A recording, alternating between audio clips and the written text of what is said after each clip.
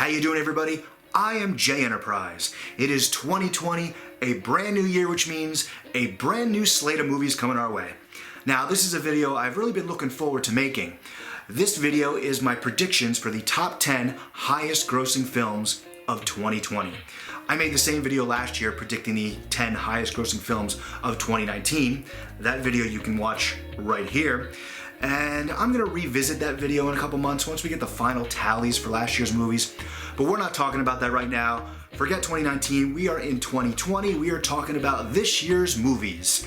And when I say highest grossing films, I mean overall worldwide box office. So without further ado, here are my predictions for the top 10 highest grossing films of 2020. Starting off my list at number 10, I have Venom II.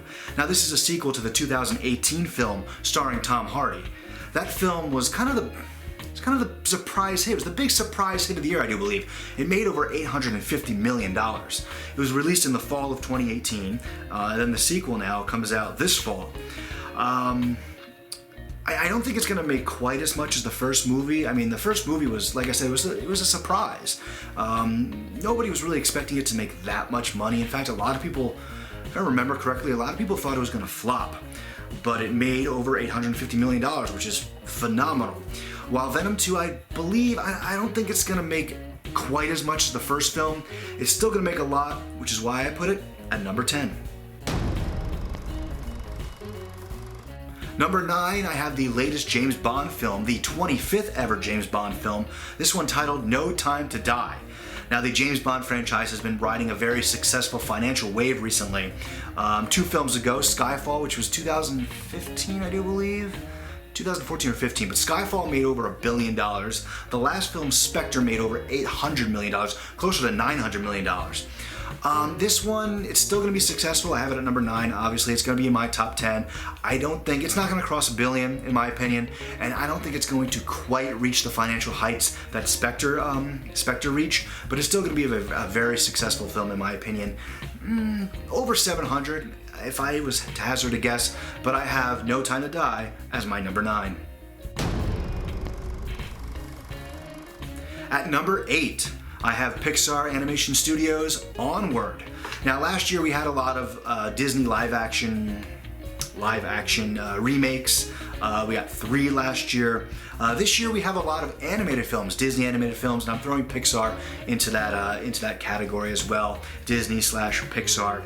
3 of them coming out this year. This one, I believe, is going to gross the lowest out of the 3 that are coming out. Still makes my top 10. This is a sci-fi fantasy film. This comes out in March, starring Chris Pratt and Tom Holland. It's going to make a lot of money, but I don't know. I'm unsure about the release date, to be honest. Disney doesn't really release a lot of animated films in the month of March. Neither does Pixar, which, this is a Pixar film, but they're usually summer or winter releases. So I'm very curious about this one. It's going to make a lot of money, just not quite as much as the other the Disney/Pixar animated films coming out this year, and not quite enough to make it higher on the list, but I have it at my number 8. Number 7 is Warner Brothers' Wonder Woman 1984. This is a sequel to the 2017 Wonder Woman film. That movie made a little bit over $800 million. I think it was approximately 820, somewhere around the $820 million mark. This film is going to be really successful. I just don't know if it's going to make more or less. It's one of those films that I'm on the fence about. But if it does make more, I don't think it's going to make a lot more than the 2017 film. But then again, if it makes less, I don't think it's going to make much less. It's still going to be a very successful film. This is a follow-up to, the movie that pretty much almost single-handedly resurrected the DCU, at least gave it a second life. I mean, no disrespect to Aquaman, obviously, which made a shit ton of money. But Wonder Woman really came along at the time where the DCEU was really in jeopardy, and a lot of people were kind of counting them out, pretty much. So that was a very successful film. The sequel will be successful. Just how successful, that is the question. I put it at number 7. Number 6. Here comes the MCU. At At number 6, I have The Eternals. This one comes out in November, I do believe.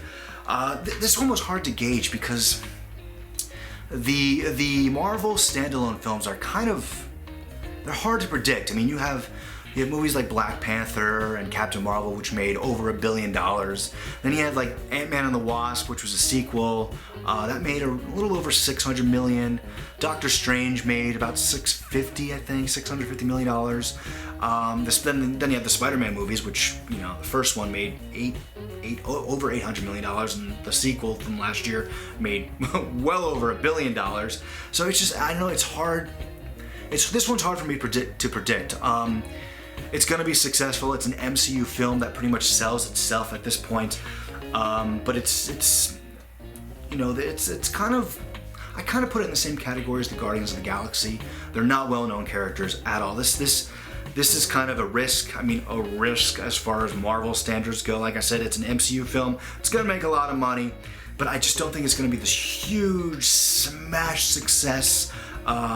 It's going to be interesting. I'm very curious to see exactly how much this movie makes at the box office, just because I know nothing about these characters or these storylines, so it's very interesting to see how the general audience will react to this film and how that will translate to ticket sales. However, like I said, MCU sells itself at this point. I'm putting it at number 6. And now we're in my top 5, and coming in at number 5, Minions 2. I believe this franchise still has some life to it. The first Minions made over $1 billion. I think it was like around $1.1 billion. Despicable Me 3 did come out after that. It made a little bit less.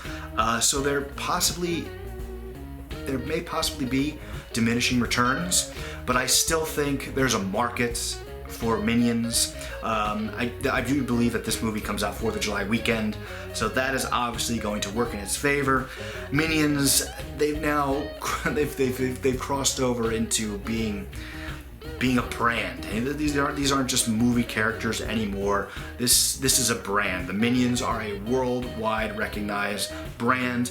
I don't believe it's going to make as much as the first Minions movie, but it's still going to make a shit ton of money, I do believe. 4th of July weekend, as I mentioned, is definitely going to work in its favor. Yeah, that's really all I have to say about the Minions 2. I mean, I know some people, they feel like Illumination is really milking this franchise and the Minions specifically for all it's worth. But hey, it's working for them. They made a ton of money at the last movie. They made a ton of money with Despicable Me 3. They're gonna make a ton of money with this movie. How much, that is the question, but enough, in my opinion, to make my top 5. Number 4, I have the Pixar animated film Soul. This will be the second Pixar animated film released this year. The first one that I mentioned earlier, Onward, that releases in March. Soul comes out, oh, you know what? I should have done my research. When does it come out? May, June, July? In the summer. We'll just say that. But it comes out after Onward, that I know. This film kind of gives me it reminds me of Inside Out from a couple years ago. I think this is going to be a very emotional film, as all Pixar films are. Let's be honest, they are so good at tugging on every single one of our emotions, and Onward's going to do the same. But I just feel like Soul is going to be one of those very special Pixar films that just really resonates with everybody, and I think that is going to translate to box office success more so than Onward, which is why I put Soul at number 4. And now we've reached my top 3. I'm gonna be honest, I actually had a little bit more difficulty with this year's list compared to last year's list. I don't know, I just had a hard time rounding out my top 10. But honestly, I always knew what my top 3 would be. I mean, the order would change. Like, it took me a while to figure out what would be 1, 2, and 3. And really an argument could be made for any 3 of these films as to why they should be 1, 2, and 3. But this is the order I decided on. Number 3, Disney's Mulan. Now, obviously, it's a Disney movie. It's a Disney remake. Remake, kind of. I mean, this isn't really a remake of the '98 film. I mean, it takes some visual cues. If you've seen the trailers, It looks like it's going to take some visual cues from the 98 film. They're going to utilize some music that was originated from the 98 film, but it's not really a remake. From what I understand, it's a lot closer to the original Chinese Legend of Mulan. And because of that, and obviously predominantly a Asian cast, well, it's all an all Asian cast pretty much. The actress who plays Mulan is Chinese. China being the second largest movie market in the world, this movie's gonna make a shit ton of money. How much, that is the question. I'm not sure if it's gonna make Aladdin money from last year or the Lion King money from last year, but it does have that nostalgia factor that you have to take into consideration. Mulan was part of the Disney Renaissance. You have people my age. We are the audience that this movie is catered for. I mean, obviously you're gonna have some parents bring kids to the movies to see this movie, but it doesn't look like it's exactly a kid-friendly movie. But it's for my age group. It's for people in their, let's say anywhere from their mid-20s to early 40s. The kids who grew up with the Disney Renaissance, who grew up with the original Mulan film. And I think this film is one of those movies that fits into that Disney nostalgia category, and it's gonna make a lot of money. I mean, it looks visually stunning. The trailers have been solid. It's an original story. A lot of people have been harping on Disney about just being lazy, especially with The Lion King. Regardless, I mean, yeah, The Lion King did make like what $1.5 billion, so they're obviously doing something right. But they didn't do anything new. It was pretty much a shot-for-shot remake. This movie looks like it brings something new to the table, but it also carries the name Disney Mulan. And since it's a Chinese-centric film, it's gonna make a shit ton of money overseas. So much money that I believe it's going to be the third highest grossing film of this year. Number 2. It pains me to put this film on this list, but I have to be objective just because I'm so sick of this franchise and I just think they're the dumbest movies. But I have to give them their due, credit where credit is due. Number 2, Fast and Furious 9. There's no denying that this franchise makes a ton of money, especially overseas.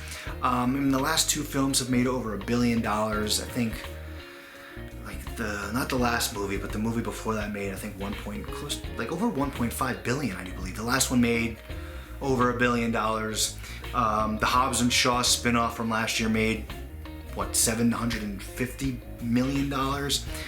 There's still life in this franchise, unfortunately for me, but okay, gotta be objective, stop being negative. This is a predictions list, not a, air my grievances list. Number 2, Fast and Furious 9. Number 1, Black Widow. This is the solo film that MCU fans have been waiting for. Scarlett Johansson's Black Widow has been a mainstay of the MCU since 2010's Iron Man 2, and she is finally getting her own solo film on May 1st. Now, a lot of people, myself included, feel like this film is long overdue. In fact, that's what a lot of the backlash over Captain Marvel was about. A lot of people felt like Black Widow was the one who deserved to be the first female-led solo MCU film, and I kind of agree with that. But all things considered, like I said about the Eternals earlier in this video, at this point, the MCU sells itself. So you look at that, you look at the fact that the Black Widow character has now become a fan favorite over the years. Scarlett Johansson's portrayal is loved. This movie is long overdue. Then there's the gap between MCU films. The last MCU film was Spider-Man Far From Home, which was July. This movie comes out in May, and that's one of the longer gaps between MCU films in recent memory. So you take all that into consideration, and what does it equal? Box office gold, which is why I put Black Widow at number 1. Definitely over $1 billion. I do believe this movie, I think this movie is actually going to make more than Captain Marvel made last year. Somewhere between 1.1, 1.2, that's really specific, but definitely over $1 billion. Well, I'll give myself a chance to save face a little bit. I'll just say between $1 and $1.5 billion. Regardless, it's going to make a ton of money. MCU, Black Widow, it's a winning formula. You just can't go wrong. And that's why I put Black Widow as my number 1. And there you have it. my predictions for the top 10 highest grossing films of 2020. Just to recap, number 10, Venom 2. I don't know why I did that. Jazz hands? I don't know. Number 10, Venom 2. Number 9, 007's No Time to Die. Number 8, Pixar's Onward. Number 7, Wonder Woman 84. Number 6, The Eternals. Number 5, Minions 2. Number 4, Soul. Number 3, Mulan. Number 2, Fast and Furious 9. And number 1, Black Widow. Yeah, I definitely had a lot more difficulty with this year's list than last year's. I don't know, like last year you had a Star Wars film, you had 3 MCU films, 3 Disney live-action films, so you kind of had an idea what would show up in the top 10. And then, of course, you know, with Avengers Endgame, you knew that was going to be number 1, so it made things easy for me. But this year, you know, no Star Wars, only 2 MCUs, only 1 Disney live-action film, live-action remake, whatever you want to call Mulan. But yeah, definitely had a harder time with this year's list. But we'll revisit this video next spring after the final tallies are accumulated. We'll see just how accurate it is, how many I got right, how many I got wrong. Regardless. But thank you very much for watching this video. Really appreciate it. I'm actually really curious about your predictions, so let me know in the comments below. Tell me what your top 10 will be, or what your top 3, whatever. Just let me know down below in the comments what do you think will be the highest grossing films of 2020. If you were entertained by this video, which I really hope you were, please show your support by liking, sharing, and subscribing.